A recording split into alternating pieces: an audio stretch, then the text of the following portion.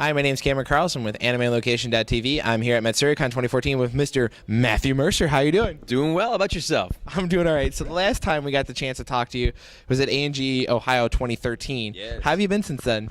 Great. Busy. Crazy. Good. It's been good. It's been a whirlwind. Now, the show fans totally want to hear you talk about is the huge hit show, Attack on Titan, and it's being broadcasted on Toonami, and it's just a fantastic project. So what has it been like working on it? It's been part of the whirlwind.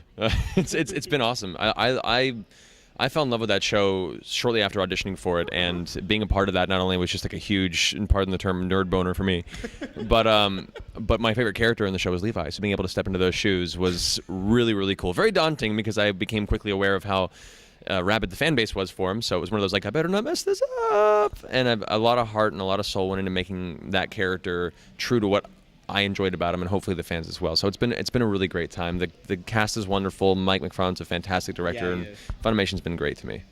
Awesome. We like hearing that. So last time we talked, you had been working on the Fate Zero franchise. How did the project go now that it's finally out and in the hands of fans?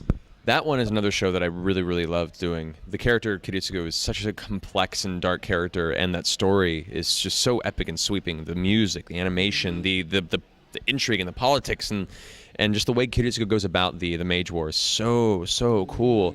I love the show. It's one of the ones I'm really super proud of. Like that, Titan, there's certain shows that I'm just like really, really super proud of. So I really enjoyed it. And I hope that if the Fate Stay Night, the new version they're doing goes forward, hopefully they'll have me back for the Kiritsugu flashbacks, because that'd be cool. Yeah, we'll see. Alrighty, and now you've gotten to direct. Have you had the chance to do it again since the last time we discussed?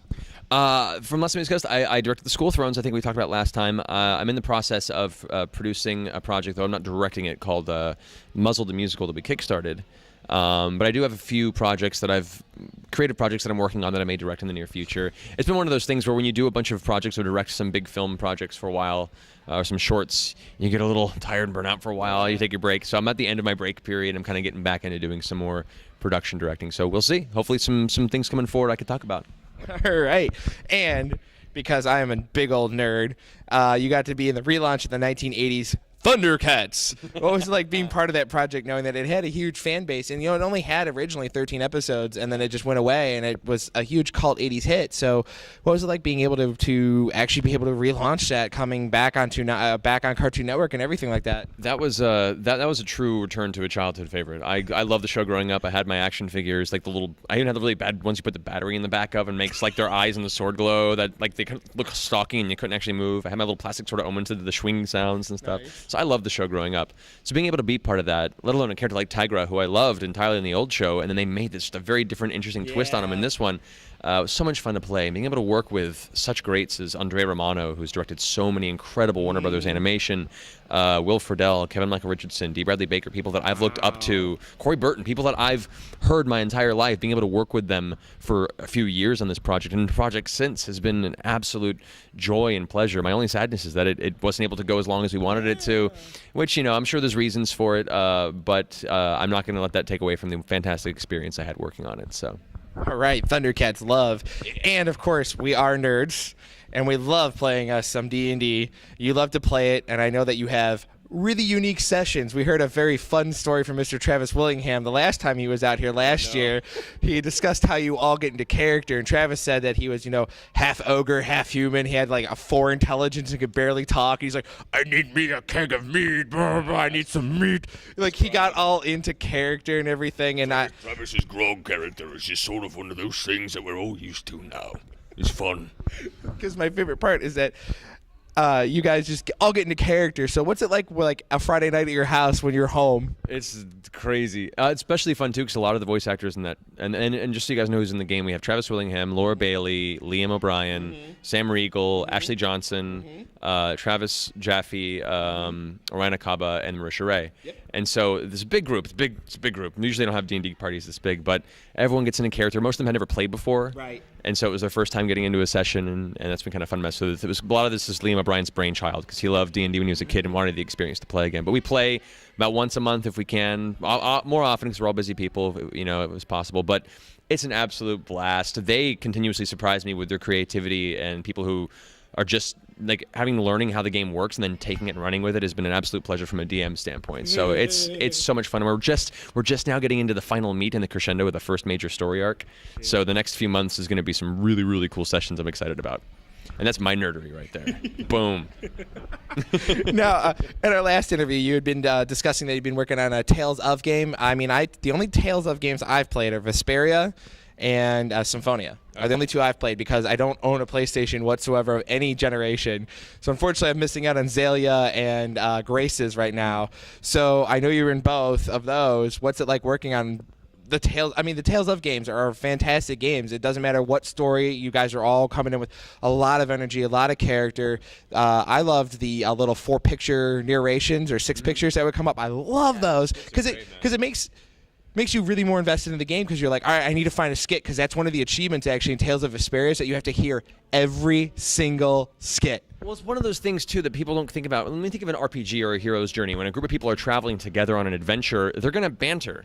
They're not just going to be quiet for the 4 days they're journeying across these long stretches of land. They're going to have little conversations and tease each other. And to me, that just builds the personalities and the character relationships and really, to me, breathes life to that journey when you get those little snippets of personality and real life in between all the boss fights and the crazy story jumps. So I love it. And being part of the Tales of series is a huge honor. And for Exilia and Exilia 2, Alvin is one of my favorite characters I've had a chance to play. He's just a very fun, sly kind of, he's sarcastic, but he's got this kind of weird cockiness and welcoming, smoothness to his personality, but he's also kind of tricky and people don't know if they can trust him, and he's been an absolute blast. And when I heard that they were doing a second Exilia game and I got to come back as Alvin, I was so ecstatic. So it's been an absolute pleasure.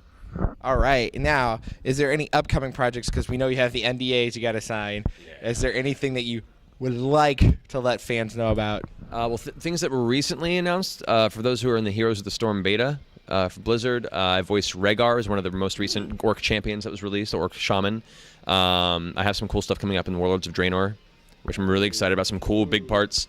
Me and some other guests here were talking about that who may also be involved.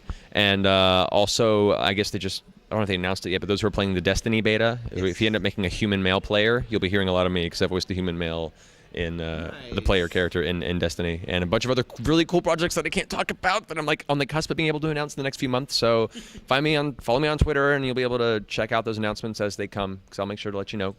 Because I'm sitting on them and they're burning. I'm like, I need to let you know. Because that's what I was about ready to ask you, is how to keep track of you. I know you have a Twitter, and that's about pretty much it. In order to get a hold of you, is follow your Twitter. I think it's it's your full name, Matthew Mercer, correct? Matthew Mercer. I talk for a living. At Matthew Mercer on Twitter. That's how you find me. All right, and any great final message you want to let all your wonderful fans out there know? Don't give in to judgment. Have fun and play. Don't forget how to play. It's so important. So many adults in this world forget what it's like to just let loose and play again. Hold on to that, man. And that's part of what makes these conventions so great. Is most of the attendees, that's what it's about. They just let loose. So don't lose that. It's so important. All right, thank you so much, Matt. This has been fantastic. Thank you so much. I'm again here with Matthew Mercer. We have an exclusive interview about Mr. Troy Baker's awesome bachelor party several years ago. Matthew Mercer has some great details for us. Explain. I was peripheral to the event, but I got to watch kind of the details as it was being planned and as it went down, as Keith Aram and Travis Willingham and Brian Bloom and a bunch of these people all plotted a fake VO session at PCB, which is a big recording studio in Los Angeles. And in the middle of the session, with a shady producer who was like this kind of Russian mob-looking actor who was in the play the producer, halfway through the session, a SWAT team busted in with real-looking weapons, told them all to get on the ground, zip-tied Troy and Brian, who all played into it. Troy was extremely scared. They put a bag over his head. They dragged him into a truck and drove him around for a while with a bag over his head. Came out and started asking him hard questions like he was somehow involved in this like underground illegal Russian trade ring. And it's all on video, hidden somewhere on the internet. You have to find Travis to ask where it is. But it's one of the funniest things I've seen in a while. And you know what? Troy holds up, man, under pressure. He holds up under pressure. It was a delight to see, a delight to watch transpire, and I think it'll tickle my memory for days to come. Thanks for the exclusive, Mr. Mercer. Thank you. No, my pleasure. Thanks, man.